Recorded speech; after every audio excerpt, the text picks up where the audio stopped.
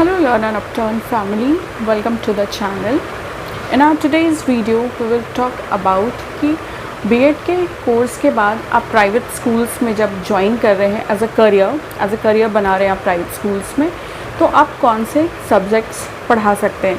क्या आपने जिस सब्जेक्ट में ग्रेजुएशन किया है या जो आपका ऑनर्स पेपर था या जो आपने बीएड में अपना मेथड पेपर रखा था, क्या आपको वही सब्जेक्ट्स पढ़ाना है या आप कुछ और सब्जेक्ट्स भी पढ़ा सकते हैं। ठीक है, तो विदाउट एनी फर्दर डिले इस वीडियो को शुरू करते हैं। मैंने अपनी चैनल पे एक वीडियो डाली है जिसमें मैंने आपको पीआरटी, टीजीटी एंड पीजीटी के बारे में बताया है। आप मेरी वो भी वीडियो चेकआउट कर सकते हैं, उससे भी आपको काफ़ी एग्जाम्पल मिल जाएगा, काफ़ी समझ में आएगा आपको कि कौन से क्लास के लिए कौन से टीचर होते हैं, कौन से सब्जेक्ट्स पढ़ा सकते हैं, क्या स्पेशलाइजेशन होनी चाहिए। इस वीडियो में भी मैं शॉर्ट में कवर कर दूंगी, बट अगर आपको डिटेल्ड में जानना है तो वो आप वहाँ से चेकआउट कर सकते हैं। सबसे पहले बात करेंगे पीआरटी टीचर्स के बारे में। तो पीआरटी टीचर्स की जो क्वालिफ़िकेशन होती है, मिनिमम क्वालिफ़िकेशंस जो चाहिए होती है पीआरटी टीचर्स के लिए, वो होता है 12th and DElEd, diploma in elementary education. PRT teachers में कोई भी सब्जेक्ट स्पेसिफिक नहीं होता, एक ही टीचर 2-3 सब्जेक्ट्स पढ़ा लेते हैं जो क्लास टीचर होते हैं। ऐसा कोई सब्जेक्ट स्पेसिफिकेशन नहीं होता, आप कोई भी सब्जेक्ट्स पढ़ा सकते हैं। टीजीटी में क्या होता है कि टीजीटी के लिए ग्रेजुएशन और बीएड मैंडेट है। अभी के टाइम पे 6 to 12th क्लास को पढ़ाने के लिए या स्कूल में अपना करियर बनाने के लिए BEd is a mandate course. ठीक है, आप बीएड होने चाहिए। ठीक है, तो वहाँ पर आप 6 to 10 को पढ़ा सकते हैं विथ सम स्पेसिफिक नॉलेज। वहाँ पे स्पेसिफिक नॉलेज की ज़रूरत होती है। बेसिकली आपका जो ऑनर्स पेपर होता है, जिस स्ट्रीम में आपने किया है, सपोज़ आपने आर्ट्स में किया है एंड देन आपने लैंग्वेज में ऑनर्स किया है, लाइक इंग्लिश में आपने ऑनर्स किया है, तो आप 6 to 10 में इंग्लिश के टीचर बन सकते हैं। ये एक प्रॉपर पैटर्न होता है, बट स्कूल टू स्कूल चीज़ें वैरी करती हैं, एक्सेप्शंस भी होते हैं बहुत जगह। अगर इंग्लिश के साथ साथ देखिए किसी एक पार्टिकुलर टीचर के लिए किसी एक पार्टिकुलर सब्जेक्ट के लिए हो सकता है आपको किसी स्कूल में अपॉइंट ना किया जाए। जैसे मैंने ग्रेजुएशन कॉमर्स से किया है, मास्टर्स भी ऑब्वियसली कॉमर्स है एंड मैंने बीएड किया है। तो अगर मुझे 9-10th मिलता है तो सिर्फ मुझे 9-10th में उस बेसिस पे इकोनॉमिक्स ही मिल सकता है, बिकॉज़ 9-10 तक कॉमर्स नहीं होते हैं, सिर्फ इकोनॉमिक्स ही होता है। और सिर्फ इकोनॉमिक्स पढ़ने के लिए 8 तक वो एज ओवरऑल एसएसटी होता है, सब्जेक्ट्स डाइवर्ट बाइफर्केट नहीं होते हैं। 9-10th में हिस्ट्री, सिविक्स, ज्योग्राफी, इकोनॉमिक्स अलग अलग हो जाते हैं, तो मुझे वैसे सिर्फ इकोनॉमिक्स ही मिल सकता है। बट सिर्फ एक पार्टिकुलर चैप्टर्स को पढ़ाने के लिए या एक पार्टिकुलर सब्जेक्ट को पढ़ाने के लिए बहुत सारे स्कूल्स प्रेफर नहीं करते हैं। वो चाहते हैं कि उनके जो टीचर हैं वो बाकी भी क्लासेस लें, बाकी जिस सब्जेक्ट में उनकी बहुत ज़्यादा कमांड हो वो सारे सब्जेक्ट्स भी वो पढ़ा सकें अपने स्कूल में। इसलिए जब आप रिज्यूमे देने जाते हो, जहाँ पे आप बताते हो कि आप इस पार्टिकुलर सब्जेक्ट के टीचर बनना चाहते हो या आपकी स्पेशलाइजेशन है इसमें, तो वो साथ साथ पूछते हैं कि आप और कौन से सब्जेक्ट्स पढ़ा सकते हो। जूनियर सेक्शन में आप किसी सब्जेक्ट को लाइक एसएसटी, साइंस, इंग्लिश या एनवायरमेंटल साइंस, ये सारी चीज़ें भी पढ़ा सकते हो या नहीं। टीजीटी का जो पैटर्न होता है, 6 to 10 का जो पैटर्न होता है, वहाँ पे ज़्यादातर स्कूलों में जिस पेपर में आपने ऑनर्स किया है, जिस पेपर में आप ऑनर्स करके आए हैं, उस सब्जेक्ट के लिए ही आपको अपॉइंट किया जाता है। और साथ ही साथ अगर आपका किसी और पार्टिकुलर सब्जेक्ट्स पे भी बहुत ज़्यादा अच्छा कमांड है जो आप पढ़ा सकते हैं, लाइक टेम्परेरी क्लास कभी मैनेज कर सकते हैं अगर कोई लीज़र क्लास हुआ, या अगर अच्छा कमांड है तो प्रॉपरली किसी क्लास में वो क्लास आप ले सकते हैं, चाहे जूनियर क्लास ही हो। इस बात पे मोस्ट ऑफ द स्कूल में फोकस किया जाता है कि आपकी जो स्पेशलाइजेशन, जो ऑनर्स पेपर है, जो आप बेसिकली पढ़ाएंगे, उसके साथ साथ भी अगर आपकी किसी सब्जेक्ट पे कमांड है तो वो भी आपको एडिशनली मिलती है पढ़ाने के लिए। और कहीं कहीं जैसा कि मैंने बोला, हर रूल का एक्सेप्शन है। कहीं कहीं ऐसा भी होता है कि आपको सिर्फ अपनी ऑनर्स पेपर ही इतनी ज़्यादा क्लासेस आपको उस पेपर में मिल जाती हैं, जैसे लैंग्वेज पेपर में ही अगर आप की स्पेशलाइजेशन है तो अगर आप 6 to 10 में सिर्फ लैंग्वेज पेपर ही पढ़ा रहे हैं तो आपके पास बहुत सारी क्लासेस हो जाती है। बट अगर ऐसा कोई सब्जेक्ट है जिसका कुछ पोर्शन आप एक जगह पढ़ा रहे हैं तो उसके साथ आपको बाकी क्लासेस भी मिल जाती हैं। बीइंग सेड दैट उस सब्जेक्ट में आपकी टीचिंग स्किल्स अच्छी होनी चाहिए, कमांड अच्छी होनी चाहिए, वहाँ के जो main principal board of directors जो हैं उन्हें कॉन्फिडेंस होना चाहिए आपकी डेमोन्स्ट्रेशन देख के कि आप वो सब्जेक्ट बहुत अच्छे से पढ़ा सकते हैं, तो आपको मिल सकता है। ठीक है, अब बात करेंगे पीजीटी के बारे में। Most of the schools, +2 schools में पीजीटी के जो टीचर्स होते हैं वो बहुत ही ज़्यादा हाईली क्वालिफाइड तो वो होते ही हैं, बिकॉज ग्रेजुएशन, मास्टर्स, बीएड, कई बार एमएड भी करके लोग आते हैं, तो वो ज़्यादातर स्पेसिफिक सब्जेक्ट्स को ही हैंडल करते हैं। लाइक फिज़िक्स ऑनर्स किया है किसी पार्टिकुलर टीचर ने, ग्रेजुएशन किया है, मास्टर्स किया है, बीएड किया है, तो ज़्यादातर टाइम 11th पीजीटी टीचर्स तो ऑब्वियस ही बात है 11th-12th उन्हें मिलता है, और 11th-12th पे का जो सिलेबस होता है वो बहुत ज़्यादा वास्ट होता है, तो उस पर बहुत ज़्यादा फोकस करना पड़ता है। एक दिन में आपकी 2-2, 3-3 क्लासेस भी हो सकते हैं, और कई स्कूल में एक पार्टिकुलर क्लास के सेक्शंस भी बहुत ज़्यादा होते हैं। तो पीजीटी टीचर्स को ज़्यादातर स्कूल्स में स्पेसिफिक सब्जेक्ट्स के लिए ही रखा जाता है कि अगर आप फिज़िक्स ऑनर्स करके आए हो, फिज़िक्स के स्पेशलाइज्ड टीचर है, तो आप सिर्फ फिज़िक्स ही पढ़ाओ।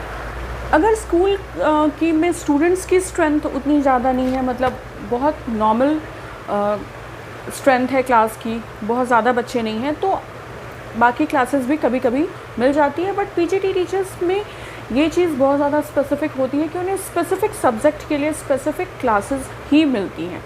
टीजीटी वालों को का तो फिर भी हो जाता है कि बाकी भी वो कोई पेपर्स ले सकते हैं, बिकॉज सिलेबस थोड़ा कॉन्ट्रैक्ट फॉर्म में होता है, थोड़ा छोटा होता है। बट पीजीटी जो टीचर्स होते हैं वो बेसिकली 11th-12th को देखते हैं, तो उनका सिलेबस बहुत ज़्यादा होता है, इस वजह से उन्हें उसी पे स्पेसिफिकली फोकस करने के लिए ज़्यादातर स्कूल में चांसेस दिया जाता है।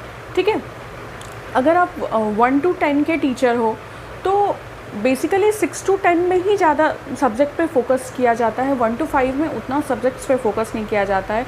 आप कुछ भी पढ़ा सकते हो वहाँ सब्जेक्ट्स में। 6 to 10 में सब्जेक्ट्स पे फोकस किया जाता है। एंड हैविंग सेड दैट, आपसे ये भी पूछा जा सकता है कि आप उसके साथ और कौन से सब्जेक्ट्स को मैनेज कर सकते हो अगर आपको उस पर्टिकुलर सब्जेक्ट में ज़्यादा क्लासेस नहीं मिल रही हैं तो। अब बात करेंगे एक्सेप्शन ऑफ दिस रूल के बारे में। मैंने पहले भी बोला है कि हर स्कूल टू स्कूल, हर इंस्टीट्यूशन टू इंस्टीट्यूशन जो रूल्स हैं वो वैरी करते हैं। कुछ स्कूल्स पार्टिकुलरली सब्जेक्ट वाले टॉपिक पे रिजिड होते हैं, कुछ स्कूल्स रिजिड नहीं होते हैं, उनकी रूल्स फ्लेक्सिबल होती हैं। ठीक है, तो एक्सेप्शन ऑफ दिस रूल ये है कि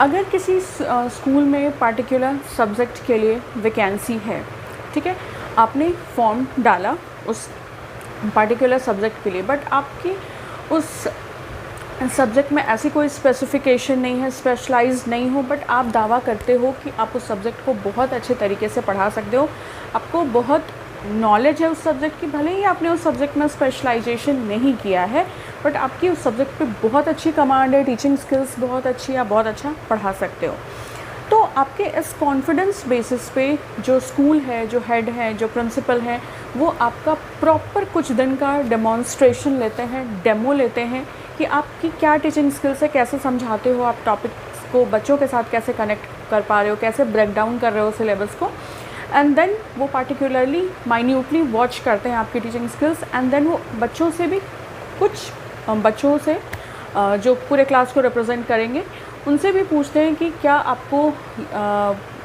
जो भी पढ़ाया जा रहा है इस पर्टिकुलर सब्जेक्ट में वो आपको समझ में आ रहा है या नहीं। अगर वो लोग सेटिस्फाइड होते हैं, बहुत अच्छी तरीके से स्टूडेंट्स को समझ में आ रहा है, और उनको जो डायरेक्टर्स हैं, जो प्रिंसिपल हैं, उनको भी ऐसा लगता है कि आपकी टीचिंग स्किल्स काफ़ी इम्प्रेसिव है, आप बहुत अच्छे से पढ़ा ले रहे हो, बच्चों की प्रॉब्लम को एक्चुअली समझ रहे हो, इन्वॉल्व कर रहे हो ना, तो आपको वहाँ पे पढ़ाने का मौका मिलता है, इंस्पाइट ऑफ द फैक्ट कि आप उस सब्जेक्ट में आपकी स्पेशलाइजेशन नहीं है। मैं 1 to 10 तक की बात कर रही हूँ। ठीक है, तो एक्सेप्शन है ये चीज़, ये फैसिलिटी प्रोवाइड कराई जाती है अगर आप में कुछ इनहेरिटेड टैलेंट है। सपोज दैट आप मैथ्स बहुत अच्छा पढ़ा सकते हो, बट आपको कभी मैथ्स को एज सच स्पेशलाइज्ड पेपर रखने का मौका नहीं मिला, और प्रॉपर डेमोन्स्ट्रेशन एंड सारे फीडबैक्स लेने के बाद अगर सब कुछ पॉजिटिव रहता है तो आपको मिल सकता है पढ़ाने के लिए। एक्सेप्शन नंबर 2 ये हो जाता है कि आपने किसी भी सब्जेक्ट में, किसी भी स्ट्रीम में ग्रेजुएशन किया, आपको बस जॉब ज्वाइन करना है। आप रिज्यूमे डालते हो, आप रिज्यूमे डाल के बोलते हो कि आप 1 to 5 में किसी भी सब्जेक्ट्स को पढ़ा सकते हो या 6 to 10 में आप मैथ्स पढ़ा सकते हो। ऐसा कोई सब्जेक्ट स्पेसिफिक का आपका वो माइंडसेट नहीं है कि मुझे यही सब्जेक्ट पढ़ाना है या इसी क्लास को पढ़ाना है। आप बेसिकली बस पढ़ाना चाहते हो किसी भी क्लास को, और आपने ये स्पेसिफाई कर दिया है कि आप 1 to 5 में किसी भी सब्जेक्ट को पढ़ा सकते हो एंड बाकी जो 6 to 8 या 6 to 10 है वहाँ पे ये सब्जेक्ट पढ़ा सकते हो। देन ऑल्सो वहाँ पे आपका डेमोन्स्ट्रेशन होता है, प्रॉपरली बच्चों से पूछा जाता है। जूनियर सेक्शंस में डेमोन्स्ट्रेशन का अलग तरीका है कि आप कितना लाइट वे में बच्चों को पढ़ा सकते हो, कितने केयरिंग, कितने प्यार से आप बच्चों को समझा सकते हो, सिंपल तरीके से डेमोन्स्ट्रेशंस के थ्रू, बहुत ज़्यादा उनके दिमाग पर प्रेशर नहीं डालते हुए। बट सीनियर सेक्शंस में डेमोन्स्ट्रेशन का जो तरीका होता है वो अलग होता है। तो उस बेसिस में भी अगर सब कुछ बहुत पॉजिटिव जाता है तो आपकी अपॉइंटमेंट वहाँ पे हो सकती है। इसलिए सब्जेक्ट कोई बहुत ज़्यादा स्पेसिफिक मैटर नहीं करता है।